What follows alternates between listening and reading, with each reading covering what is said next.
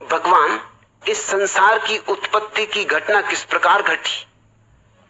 पृथ्वी पर पहले पुरुष आया कि स्त्री? कृपया हम अज्ञानियों को विस्तार पूर्वक समझाइए। H.L. जोगन, तुमने तो सोचा होगा कि बड़ा दार्शनिक प्रश्न पूछ रहे हो।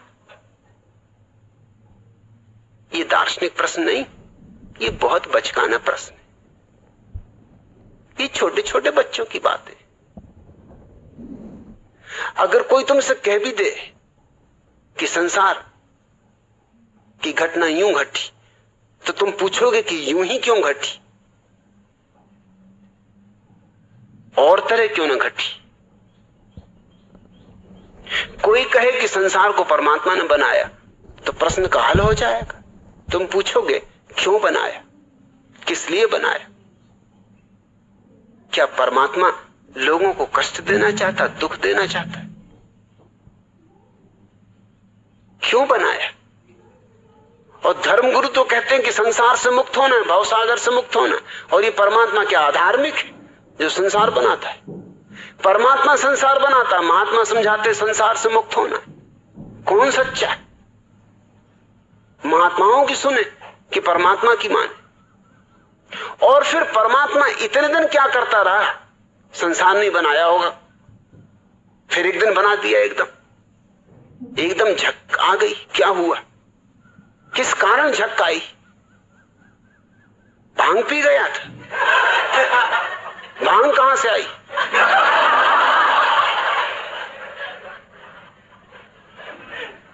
सवाल पे सवाल उठते चले आएंगे। इससे कुछ हल नहीं होगा। ये बच्चों जैसी बातें, इसमें दर्शन कुछ भी नहीं। मगर बहुत से लोग इन्हीं बातों को दार्शनिक ऊहापोह समझते। ये सेक चिल्लियों की बकवास है, इसमें मत पड़ो। यह गाय और बछड़ा किसका है? पुलिस वाले ने गांव वालों से पूछा। गाय का पता नहीं साहब, पर बछड़ा किसका है ये बता सकता हूं। एक बच्चे ने कहा। किसका है? बच्चे ने कहा गाय का। तो गाय किसकी ये मुझे पता नहीं। एक गांव में चोरी हो गई। बहुत लोगों ने खोजबीन की, पुलिस इंस्पेक्टर आए, ये हुआ वो, पता नहीं चले चोर का। आखिर गांव के लोगों ने कहा हमारे गांव में लाल बुझक्कड़ जी रहते, वो हर चीज को बूझ दे, जिसको बूझ सके ना कोई, उसको लाल बुझक्कड़ तत्क्षण बूझ देते। अरे एक दफे गांव से हाथी निकल गया था।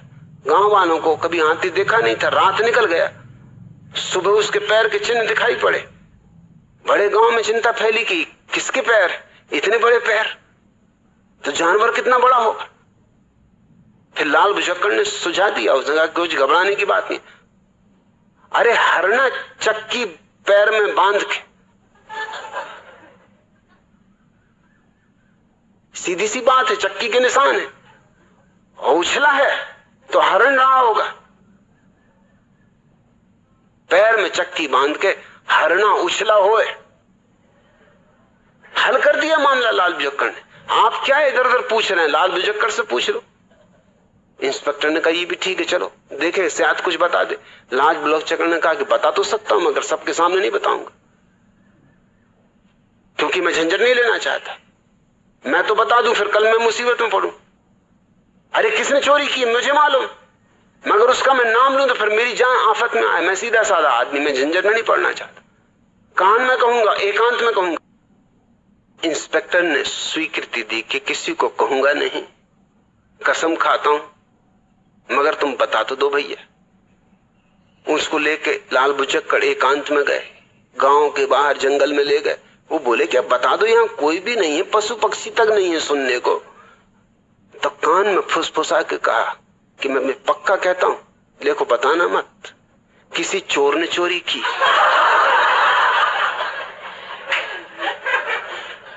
इस तरह की बकवास में न पड़ो। ये छोटे छोटे बच्चों की बातें हैं। अध्यापक ने पूछा राजेश बताओ सारस एक टांग पर क्यों खड़ा होता? राजेश ने कहा सर उसे पता है कि अगर वो दूसरी टांग उठाएगा तो गिर पड़ेगा।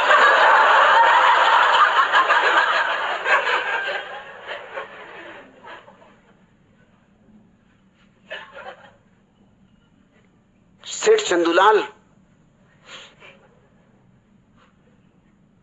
गांव में आए एक महात्मा के पास गए थे। पूछने लगे, महात्मा जी क्या यह सही है कि हर व्यक्ति को मरना है? महात्मा ने कहा कि हाँ, ये तो निश्चित ही है। अरे मृत्यु से कौन बचा है? सभी को मरना है, प्रत्येक मरण धर्म है। चंदूलाल ने सिर खुजलाया और कहा कि मैं सोचता हूं कि जो व्यक्ति आखिर में मरेगा उसे शमशान घाट कौन ले जाएगा? देख तो कैसे कैसे कठिन सवाल उठते हैं आदमी के दिमाग। ये बात तो बड़े पते की।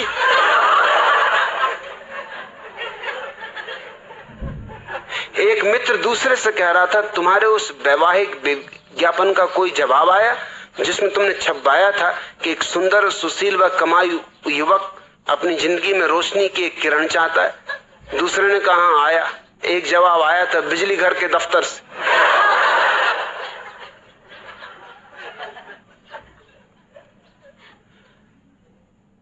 इस तरह के प्रश्न तुम पूछते हो कि इस संसार की उत्पत्ति की घटना किस प्रकार घटी। एक बात पक्की समझो कि शिव जी का धनुष मैंने नहीं तोड़ा, मैंने नहीं बनाया ये संसार। मैं पहले अपने को अलग कर लेता हूं, नहीं तो लोग तरह तरह के इल्जाम मेरे ऊपर लगाते। कोई यही कहने लगे कि इसी की हरकत, कि इसी ने उपद्रव किया हो। तो एचएल जोगन, इतना मैं पक्का कह देता हूं, जितना मैं पक्का कह सकता हूं कि मैंने बिल्कुल, मेरा हाथ ही नहीं इसमें, दूर का नाता रिश्ता भी नहीं इसके बनाने में। न मुझे इसके बनने में उत्सुकता, न इसके मिटने में उत्सुकता है। जब नहीं था तब मुझे कोई अड़चन नहीं थी, जब नहीं हो जाएगा तब मुझे कुछ अड़चन नहीं होगी। है तो मुझे कोई अड़चन नहीं, मैं पूरे मजे में हूं। रहे तो ठीक, न रहे तो ठीक। तुम कैसी चिंताओं में पड़े हो और तुम सोचते हो कि इन बातों को जान लोगे तुम्हारा अज्ञान मिट जाएगा। इन बातों को जान लिया तो उससे सिर्फ इतना ही सिद्ध होगा कि तुम सच्चे ही पक्के अज्ञानी। ये बातें कुछ जानने की नहीं। बुद्ध जिस गांव में आते थे पहले खबर करवा देते थे कि 11 प्रश्न कोई मुझसे न पूछो। उनमें एक प्रश्न ये भी था कि संसार की उत्पत्ति किसने की। पूछे ही नहीं कोई, क्योंकि ये बुद्धुओं के प्रश्न और बुद्ध इनके उत्तर नहीं देते।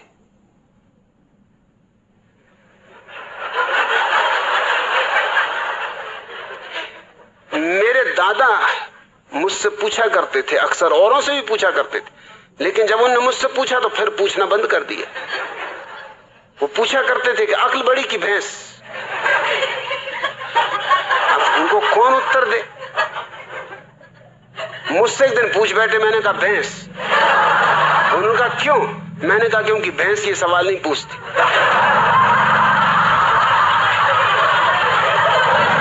ये खुजली तुम्हारी अक्ल में ही चलती। भैंस तो बिल्कुल परमहंस दशा में। मैं कई भैंसों के पास जाके कई घंटों खड़ा रहा, कोई भैंस नहीं पूछती कि अक्ल बड़ी की भैंस। अरे भैंस को पता ही है कि हम बड़े, क्या पूछना। फिर उन्होंने नहीं पूछा। फिर मैं कई दफा उनसे पूछता था कि पूछो ना, अक्ल बड़ी की भैंस। कहते तू चुप रहे।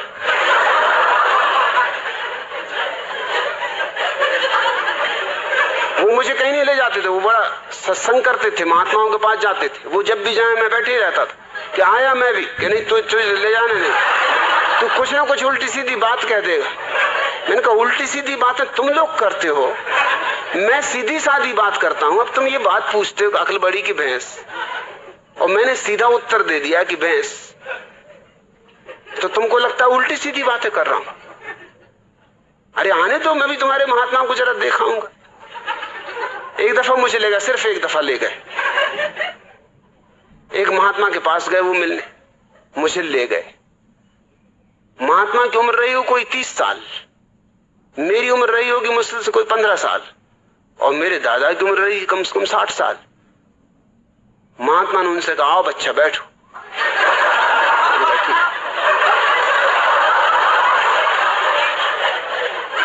मेरे दादा ने मुझसे कहा तुम्हें कुछ पूछना तुम पहले पूछ लो, नहीं तो फिर गड़बड़ हो जाएगी, फिर मैं पूछ लूं।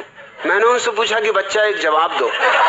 महात्मा बहुत नाराज हुए, कहने लगे मुझसे बच्चा कहते हो? मैंने कहा तुम मेरे दादा को बच्चा कह रहे, हरामजादे। 60 साल की उम्र के बूढ़े को बच्चा कह रहे, 30 साल के तुम हो, 15 साल का मैं हूं, तो कोई गणित में गलती कर रहा हूं?